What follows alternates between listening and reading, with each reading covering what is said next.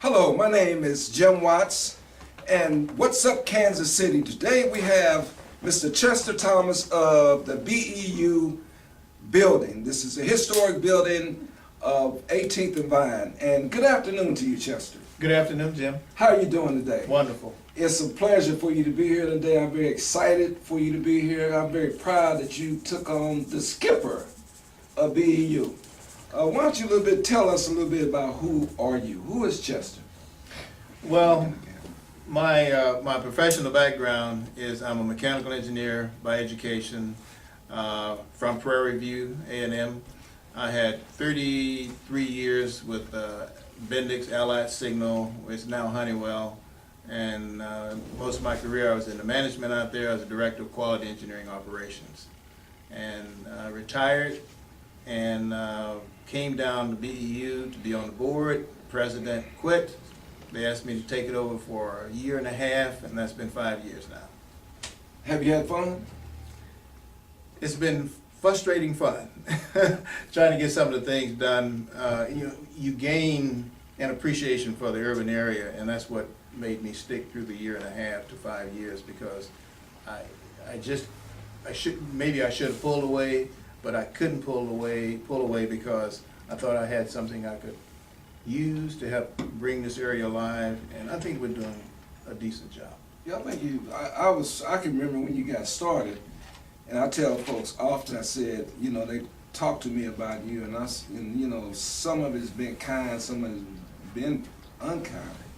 I said, listen, man, they had two rooms and 2 rooms with 2 walls stacked high with papers. Remember that? Yes. And now you don't have that pile anymore. That's right. And that pile, and it took some work to get that pile down. Absolutely. Yeah. Tell us a little bit about BEU. Tell us, give us a little history on this and a little future where you're going. Well, before I came down here, I really didn't know a lot about BEU. Spent my career out south, working in the weapons industry, actually.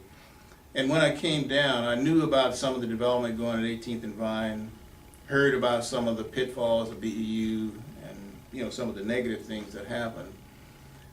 But then it always seemed to me as a place that is a gold mine for the urban area. Mm-hmm. And when I came down here, not planning to run the operation, but looking at what had happened, there was a need there.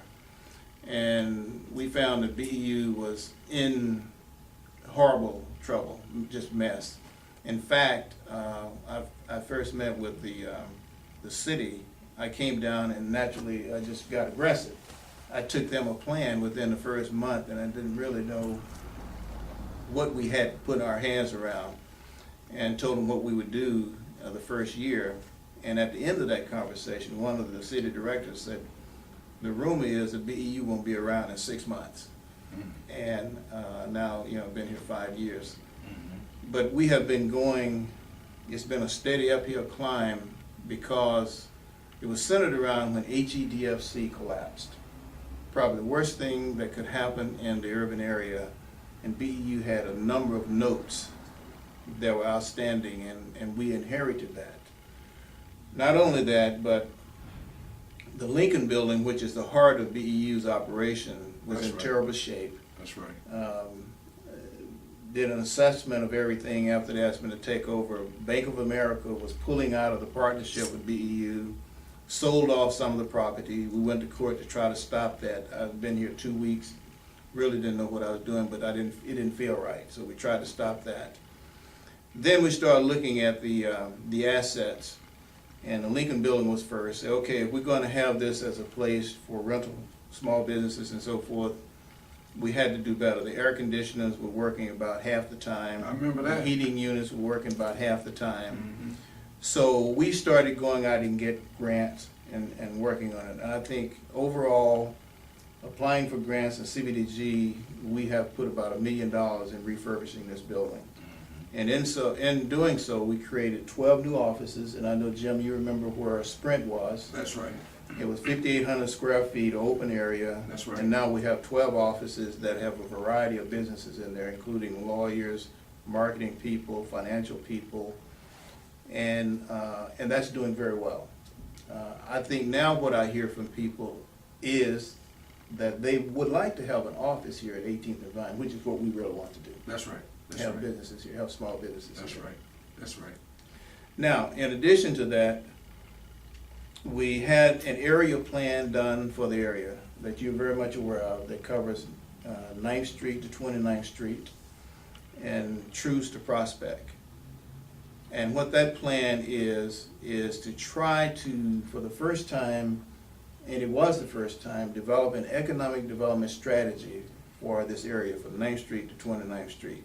And the reason that 29th Street is the ending point, and this is from Ollie Gates' history, I didn't know this, Vine Street is only 20 blocks long from 9th Street to 29th Street. So it's 20 blocks, and we made that the boundary for incorporating this. One of the things we tried to do in that plan is find a way to jumpstart economic development here. And Ollie had this idea of coming up with a sales tax-free zone. That's right. To make it attractive for businesses coming into the area, they would get an advantage. And the advantage is not necessarily to the businesses, but for the people living in the area, because you'd be able to buy goods at least 8 to 9 to 10% less than anybody else. And I won't say cheaper, but less than. So that would encourage businesses to come into the area, establish themselves here, and get a jump start for at least 15 years before you have to go back and start charging full. That item is still on the agenda. It's at the state level. We got it through the House, and it's hung up in the Senate, which a lot of things are right now. But that would be a key area for this development down here at 18th and Vine. So you're talking about tax-free? Sales tax free. Free, yeah. Sales tax free. Right. And that would be the jump start. Now, at the same time, we have been talking to other developers about coming down here, participating in the development, because I don't think we can do all of it by ourselves. But we can mix it and get a lot of development done down here, bringing businesses in from out of the state, anywhere else we want to get it done. And, you know, we have this long agenda that we're working on. It's very slow, very painful, and particularly with the downturn in the economy, finding money to do that is a challenge. What is your passion? Well, you know, having an engineering background, I like to start things and see them completed.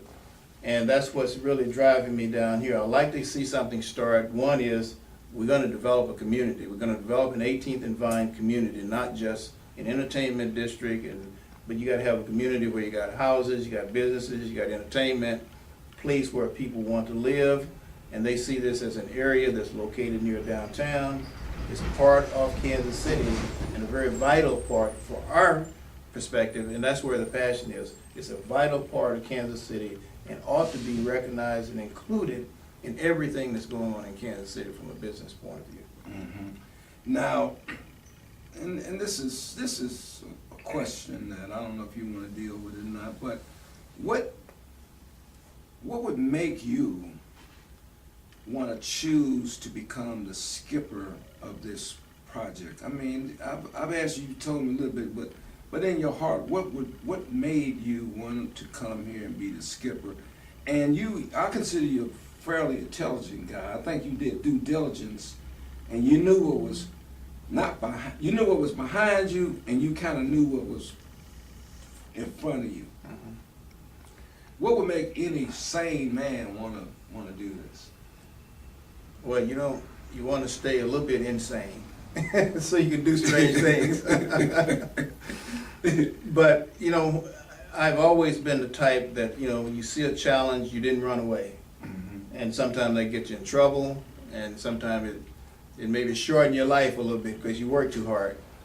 But I didn't see the issues at BEU and 18th and Vine insurmountable. I saw them as you go at them with a strategic look, strategic plan, and then you surround yourself with people that can make contributions to your vision. and then you turn it into our vision, their vision, so that everybody could see it. So we, when I saw that, I just saw pieces that we could put together, and sooner or later, you get it complete. And that, that's just the thing that drives me. Is the same was true when I was Director of Quality Engineering Operations at Allied Signal. It was the same thing. And you stay after it, and you work it until you just figure, okay, at some point you can't do it. Well, I haven't seen that yet. It's close sometime down here, but not yet.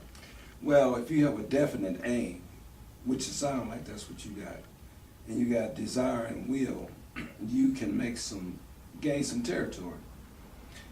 Let me ask you this. What does community mean to you? And then I want you to tell me about desire and faith. What does community mean to you? Well, when we talk about developing down here, you notice I use the term community, and that's a balancing of everything we have. We got a balancing of people, balancing of work, balancing of churches, balancing of businesses, and of course we got this thing around us about entertainment. But it's a balancing of opportunities, and we see a community where people it's a walkable community. They can ride bikes, they can do various things, and it's their own community. They tend to have an ownership there. But you have your grocery stores, pharmacies, and you have other kind of businesses where you put your arm around. And then when you look back at the history of 18th and Vine, it was a community. It was a business, economic, thriving engine here. And we can do that again, and we ought to do it in today's time and not think about back in the 20s and 30s and 40s. But it's the same similar thing. And then you just have a community where people like each other, they have a vision for doing things together, and they have pride in their community. Once you get it there, that's what we really have to do. What about desire and what about faith? Well, I spent a lot of time trying to determine what's my purpose on this earth. And it always come back to that's why I step into situations that challenge me, because I think that's what I'm here for. And I always ask, in my prayers and everything, what is it I'm supposed to be doing? I don't want to be on the wrong track. So I think my faith is pretty deep, and I believe that, I'm here for a purpose, and if I can actually meet that goal, then I've satisfied my reason for being on earth. And the difficult part in that is sometimes you think, okay, I'm working on my real purpose, it ought to be easy, but it's not easy. And you'll get challenged, and then I think that's when your faith is really tested. Is, do you really believe that you are ordained in some sense to do what you're doing? And when the challenges come, your belief is tested. So you stay in there and you believe that, okay, yesterday was a bad day, but that was just testing my faith. And I have to keep doing and believing that I can get it done. So that's I spent a lot of time looking at that. Now, I read somewhere, did you used to be involved in martial arts? No, I just been fairly athletic, but I've never done martial arts. Okay then, yeah. What kind of sports do you like? Well, at this stage of my life, golf. When you get up there a little bit, you stop playing basketball, you stop playing touch football and all of that, and you start playing golf, which I love. I don't play enough because I spend so much time here. Yeah, that's but right. that's a favorite of mine. Right. Now, what about family? Well, my wife is Leslie Thompson. We're married. We have 3 kids, and then we have 11 grandkids. And 2 of the kids live here in Kansas City. Our daughter lives in Houston, and then all of the grandkids except 2 are here in Kansas City. Now, in parting, what would you like to leave the people with? Your parting words. About what's happening in Kansas City? Yeah. What I mean, just if it's just something about life, what would you like to part with? What would you like to leave out there in the atmosphere with the spirits today? Well, you know, I really have to focus that a little bit on African Americans. I think right now we have a challenge facing us almost on every page of our life. It's there, and we're going to have to do something about it. Right now, for instance, we're working hard for the Google connection, Right. and it must happen, because if we don't do the Google connection here in the urban area, we're going to miss this fast train for an economic base. I mean, you won't be able to really apply for jobs unless you have that high-speed connection and things like that. We are also challenged in the political arena right now, which could just be devastating for us. And my encouragement to us is, one, we are too fragmented as people. We need to come together and bring that power into one, and so we have a critical mass. Right now, on some of the projects we're working on here, across the city and down here, we just are not together to bring that energy, and we can't move the rock by ourselves. One of the things we have to do is come together, bring that strength together, and then listen to each other and try to find a vision that's very, very focused on what we have to do. I mean, you know, when you look at the states, I was looking last night, and I don't want to date the conversation, but Pennsylvania has put in another block for voting, which is going to affect the minorities, Hispanics in addition to African Americans.